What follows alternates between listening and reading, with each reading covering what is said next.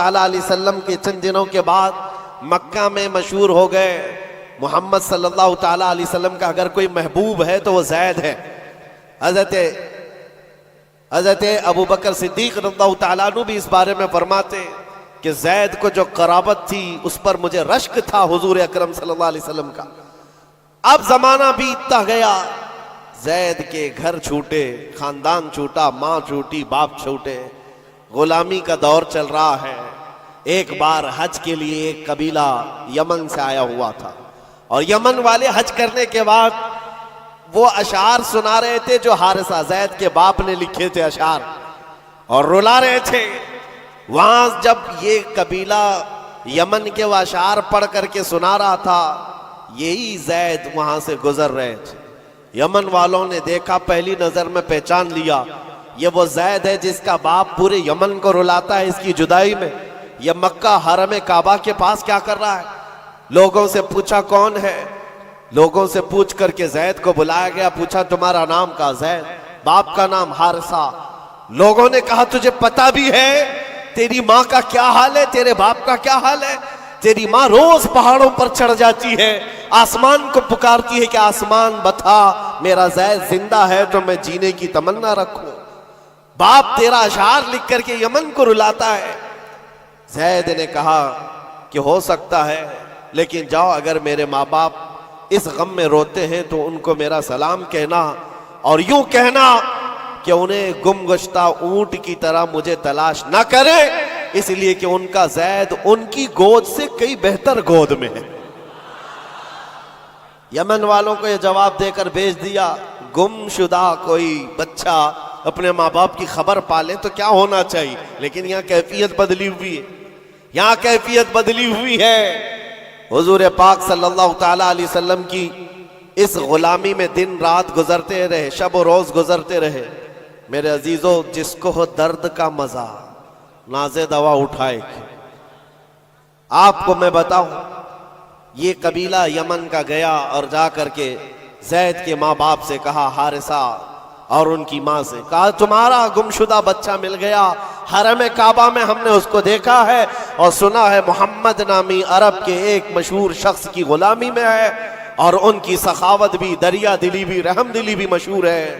ماں اور باپ نے خبر پاتے ہی مہینوں کا سفر دنوں میں طے کر لیا، دوڑتے بھاگتے مکہ پہنچائے، اور جیسے پہنچے پوچھا کہاں رہتے ہیں محمد صلی اللہ علیہ وسلم۔ حضور پاک صلی اللہ علیہ وسلم حرم کعبہ کے پاس ہی ان کو مل گئے۔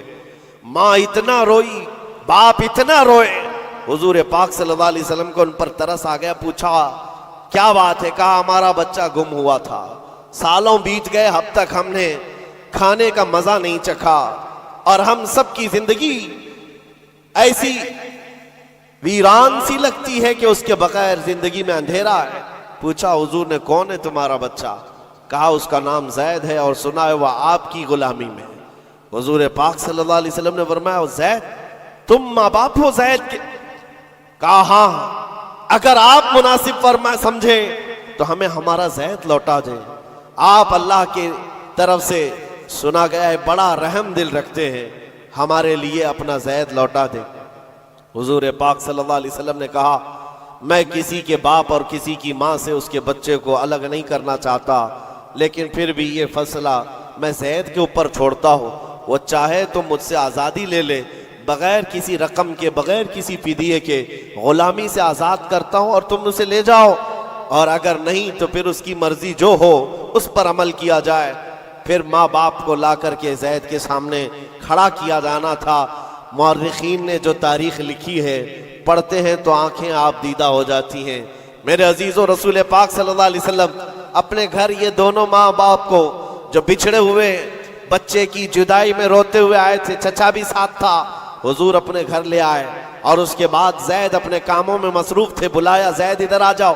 آئے زید، جیسی پہلی نظر پڑی باپ پر، ماں پر، کیا کیفیت ہونی چاہیے؟ برسوں کا بچھڑا ہوا بچہ ہے، برسوں سے دور رہنے والا، ماں باپ کی محبت میں یہ جدائی کے غم برداشت کرنے والا، ایک نظر اٹھائی پھر نظر جھکا لی اور سرور کائنات کی طرف دیکھنے لگے۔ میرے آقا نے پوچھا زید تم جانتے ہو ان کو؟ کہا ہاں یا رسول اللہ، یہ میرے باپ ہیں، یہ میرے چاچا ہیں، یہ میری ماں ہیں۔ حضور نے پوچھا زید تو پھر ملتے کیوں نہیں؟ برسوں کے بچھڑے ہوئے ہو، پھر ان کے پاس جاتے کیوں نہیں؟ زید نے کہا یا رسول اللہ، آپ کے چہرے کو دیکھنے کے بعد پھر کسی کے چہرے کی طرف ہم نظر نہیں اٹھاتے۔ تیرے قدموں میں جو ہیں غیر کا منہ کیا دیکھے، کون نظروں میں جچے دیکھ کے تلوا تیرا۔ رسول پاک صلی اللہ علیہ وسلم نے فرمایا جاؤ زید مل لو، ماں سے مل لو، باپ سے مل لو۔ ماں نے کلیجے سے لگایا اور چومنا شروع کیا، باپ نے ماتھا چوما۔ یہ عجیب منظر تھا۔ بہت دیر گزر گئی ان کے لاڑو پیار کے اظہار کی۔ اس کے بعد رسول رحمت صلی اللہ علیہ وسلم نے فرمایا زید تمہارے ساتھ یہ حادثہ ہوا تھا، اتنے سالوں تم اپنے ماں باپ سے الگ رہے، اب فیصلہ تمہاری مرضی پر ہے، تم جہاں جانا چاہتے ہو جا سکتے ہو، یمن اپنے قبیلے جاؤ، اپنے خاندان، اپنی ماں اور اپنے باپ، اپنے بھائیوں کے پاس جاؤ۔ حضرت زید اس وقت کھڑے ہو کر کہتے ہیں مکہ والے یہ منظر دیکھنے کے لیے حضور کے گھر کے اطراف جمع ہو چکے ہیں، بہت سارے جمع ہیں۔ زید نے سب کو مخاطب کر کے کہا اے لوگو حاضرین مجلس، سب دیکھو یہ میری ماں ہے، یہ میرے باپ ہیں، یہ میرے چچا ہیں، لیکن سب کو گواہ بنا کر کہتا ہوں محمد عربی صلی اللہ علیہ وسلم کی غلامی 1000 آزادیوں سے افضل ہے۔ میں اپنی ماں کے پاس نہ جا سکتا ہوں، نہ باپ کے پاس جانا چاہتا ہوں، میں ہمیشہ اسی در کی غلامی میں رہنا چاہتا ہوں۔ ماں کہتی ہے بیٹا آزاد کر رہے ہیں تجھے محمد صلی اللہ علیہ وسلم، تجھے آزاد کر رہے ہیں۔ دنیا میں کسی کو آزاد کر دیا جائے اس وقت تو بہت بڑی نعمت سمجھی جاتی تھی، لیکن تم ہو کہ آزاد ہونا نہیں چاہتے۔ زید نے کہا 1000 باپ اور 1000 ماں مل کر جو اپنے بچوں پر شفقت نہیں کر سکتی وہ محمد رسول اللہ نے میرے ساتھ کیا ہے۔ جیسے ہی حضرت زید کا یہ اعلان مکہ والوں نے سنا تو کیا رسول رحمت صلی اللہ تعالیٰ علیہ وسلم نے ان کو چھوڑ دیا؟ آتا ہے فقیروں پہ انہیں پیار کچھ ایسا، خود بھیک دیں اور خود کہیں منگتے کا بھلا ہو۔ حضور رحمت صلی اللہ تعالیٰ علیہ وسلم، رحمت عالم صلی اللہ علیہ وسلم زید کا ہاتھ پکڑ کر کے لے جاتے۔ کہاں لے کر کے آئے؟ حرم کعبہ کے پاس آئے، پورے مکہ والوں کو مخاطب کر کے کہا اے مکہ والوں گواہ رہنا، میں نے زید کو غلامی سے آزاد کیا اور آج کے بعد سے یہ میرا وارث ہے اور میں اس کا وارث۔ مکہ میں یہ بات مشہور ہو گئی، کیا زید کو زید بن حارثہ کم کہا جاتا تھا، زید بن محمد الرسول اللہ کہا جاتا تھا۔ محمد الرسول اللہ کا بیٹا زید میرے عزیزو جو اس دربار میں آیا ہے، ظاہر سی بات ہے یہ وہ مزہ ہے جس کو چکھنے کے بعد ہی بریلی کے امام نے کہا تھا پھر کے گلی گلی تباہ، ٹھوکریں سب کی کھائی کیوں، دل کو جو عقل دے خدا تیری گلی سے جائے۔ حضور پاک کے دربار کا لطف جس نے اٹھا لیا ہے پھر وہ کسی اور دربار کی طرف منہ بھی نہیں کرتا۔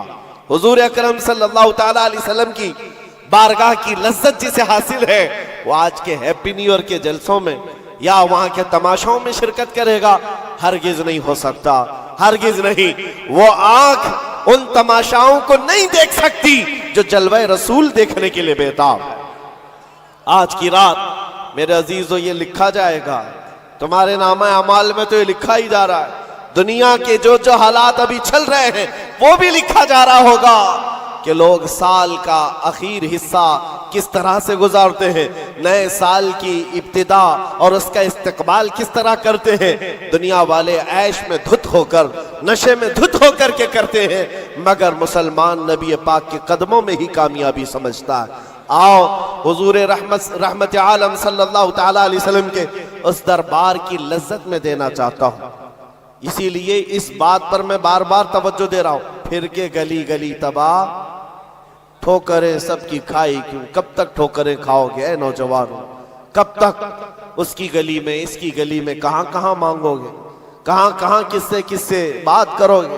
ایک گلی کی طرف آ جاؤ جو ہر گلی سے آزاد کرتی ہے۔ دوسروں کے منگتا بننے سے بہتر ہے آمینہ کے لال کے نبی پاک کی غلامی جو 1000 آزادیوں سے افضل ہے۔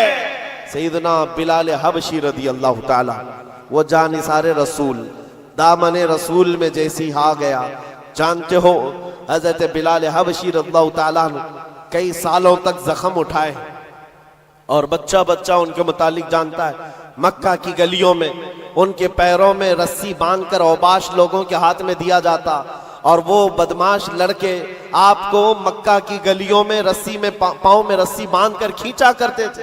ان کی جسم پر ان کی پیٹھ پر گرم سل رکھا جانا, دہکتے ہوئے انگاروں میں ان کو سلایا جانا, یہ سب روایتیں پتہ ہے آپ بلال حبشی کو. لیکن جو میں بات کہنے جا رہا ہوں, زمانہ بیت گیا, آپ تو حضور پاک کی غلامی میں آئے اور حضور پاک صلی اللہ علیہ وسلم کی وفات کے بعد صدیق اکبر کا زمانہ آیا, حضرت عمر کا زمانہ.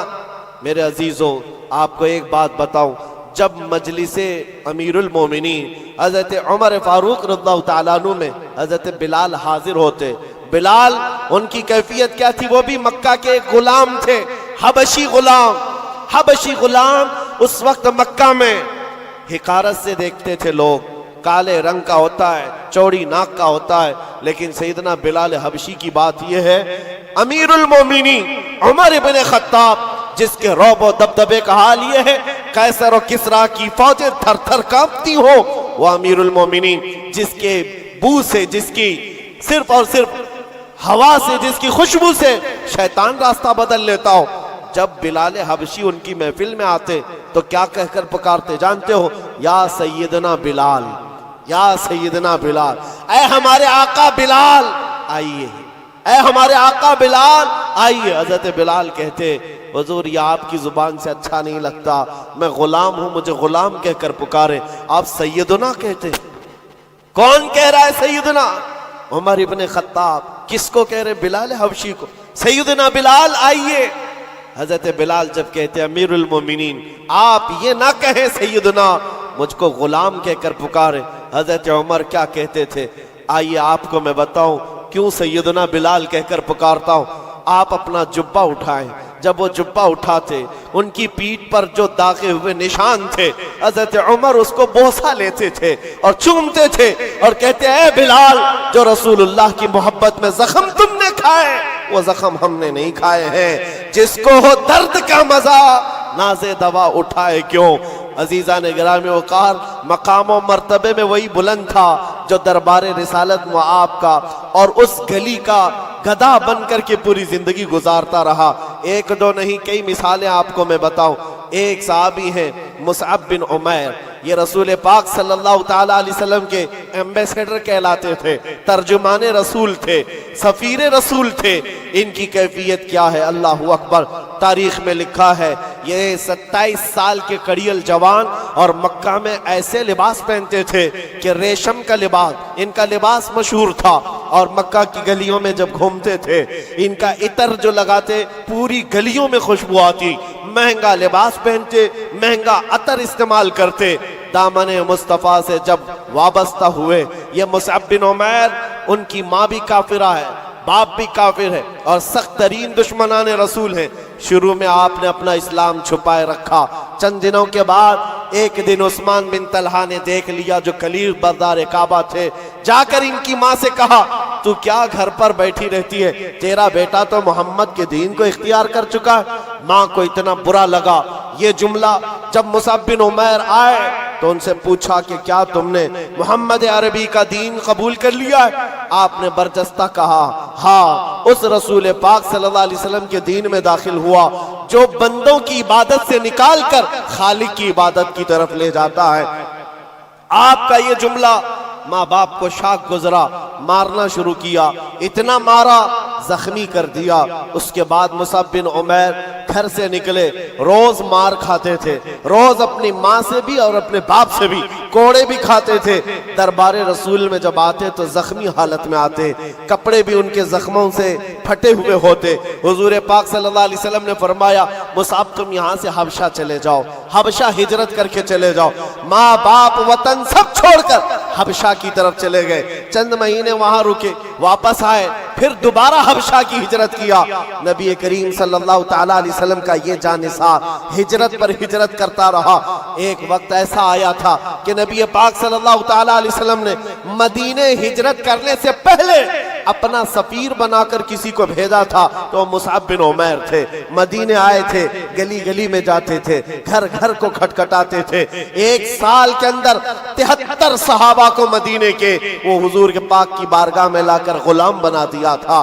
نبی پاک صلی اللہ تعالیٰ علیہ وسلم کے دربار کے ایسے غلام بنائے, عام لوگ نہیں ہیں. سعد بن عبادہ, سعد بن معاذ, یہ انصار قبیلوں کے سرداروں کو اسلام پہنچانے والا وہ کڑیل جوان. میں بات کس لیے کر رہا ہوں, سنو ذرا, زندگی تھوڑی سی مجھے بتانی ضروری ہے.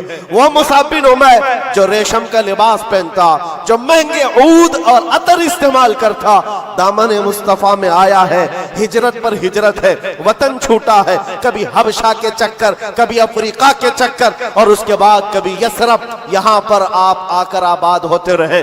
جب رسول پاک صلی اللہ تعالیٰ علیہ وسلم مدینے تشریف لائے تھے, اللہ اکبر, استقبال کرنے والوں میں سب سے آگے بڑھ کر مدینے والوں کو جو بتایا تھا کون تھا جانتے ہو آپ؟ حضور جب تشریف لا رہے تھے, مدینے آ رہے تھے, حضرت ابو بکر صدیق اپنا کرتا اٹھا کر کے لوگوں کے یعنی ہلا ہلا کر جھنڈا بنا کر بتا رہے تھے حضور پاک صلی اللہ تعالیٰ علیہ وسلم یہ میرے آقا ہیں. مصعب بن عمیر نے مدینے والوں کو دور سے دیکھ کر کے بتایا تھا کہ جو کپڑا ہلا رہا ہے وہ رسول اللہ کا غلام خاص ہے, اور جو چمکدار چہرہ مدینے میں طلوع ہو رہا ہے وہ محمد رسول اللہ کا ہے. مصعب بن عمیر یہ مدینہ طیبہ میں سفیر اسلام ہے, سفیر رسول ہے. تھوڑے دنوں کی بات ہے میرے عزیزوں, جیسے ہی حضور تشریف لائے, جانتے ہو حضور کے پاس جس وقت وہ آئے تھے مدینے میں, میرے آقا صلی اللہ علیہ وسلم کی آنکھوں میں آنسو آ گئے مصعب بن عمیر کو دیکھ کر. کس وجہ سے؟ صحابہ کہتے ہیں مصعب بن عمیر کے پورے جسم میں پہننے کے لیے کوئی کپڑا نہیں تھا, ایک بکری کی کھال کو لپیٹ کر کے اس پر کانٹے لگا لیے تھے. بکری کی کھال, اور جگہ جگہ سے وہ بھی پھٹی ہوئی ہے, وہ پہن کر کے حضور کے بارگاہ میں آئے. میرے آقا صلی اللہ علیہ وسلم انہیں دیکھ کر رو پڑے. لوگوں سے کہا جانتے ہو یہ میرا مصعب, یہ مکہ کی گلیوں میں جب چلتا تھا اس کے عطر کی خوشبو پوری گلیوں میں ہوتی, سب سے مہنگا لباس پہنتا, ریشم کا لباس پہننے والا مصعب بن عمیر آج بکری کی ایک کھال میں اپنا جسم چھپا رہا ہے. عزیزان گرامی وقار, ساری عیش کی زندگی ترک کیا تھا صرف اسی گلی کے لیے. پھر کے گلی گلی تباہ, ٹھوکریں سب کی کھائی کیوں, دل کو جو عقل دے خدا تیری گلی سے جائے کیوں. نبی رحمت صلی اللہ تعالیٰ علیہ وسلم نے اپنی چادر اٹھا کر ان کو عطا کی تھی, اور اس چادر کو لے کر زندگی بھر گزارتے رہے. جب جنگ احد کا موقع آیا, بدر میں شریک رہے, احد میں آئے,